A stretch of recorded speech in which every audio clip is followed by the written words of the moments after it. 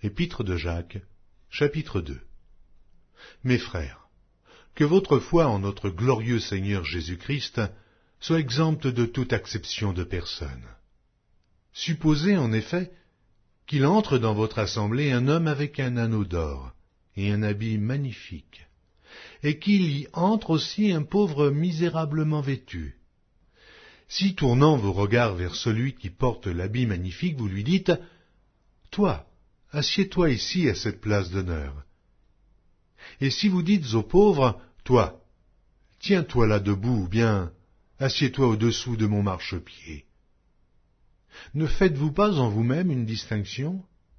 Et ne jugez-vous pas sous l'inspiration de pensées mauvaises? Écoutez, mes frères bien-aimés.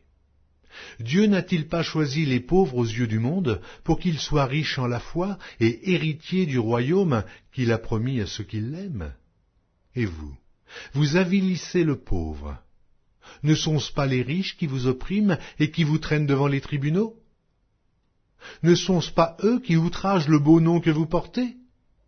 Si vous accomplissez la loi royale selon l'Écriture, tu aimeras ton prochain comme toi-même, vous faites bien.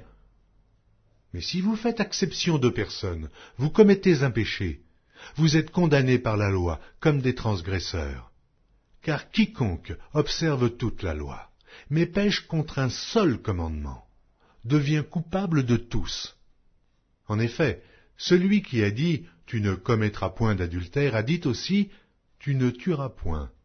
Or, si tu ne commets point d'adultère, mais que tu commettes un meurtre, tu deviens transgresseur de la loi.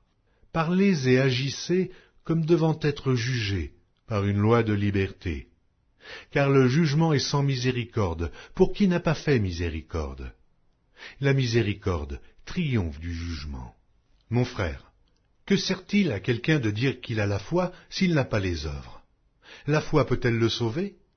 Si un frère ou une sœur sont nus et manquent de la nourriture de chaque jour, et que l'un d'entre vous leur dise « Allez en paix, chauffez-vous et vous rassasiez », et que vous ne leur donniez pas ce qui est nécessaire au corps, à quoi cela sert-il? Il en est ainsi de la foi, si elle n'a pas les œuvres. Elle est morte en elle-même. Mais quelqu'un dira « Toi, tu as la foi, et moi j'ai les œuvres. Montre-moi ta foi sans les œuvres, et moi, je te montrerai la foi par mes œuvres. Tu crois qu'il y a un seul Dieu, et tu fais bien. Les démons le croient aussi, et ils tremblent. Veux-tu savoir, ô homme vain, que la foi sans les œuvres est inutile?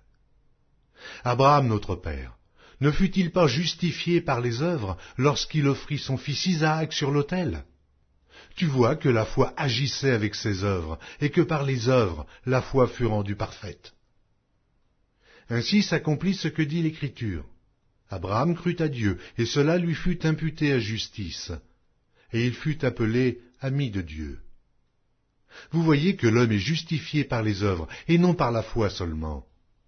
Rahab, la prostituée, ne fut-elle pas également justifiée par les œuvres lorsqu'elle reçut les messagers et qu'elle les fit partir par un autre chemin?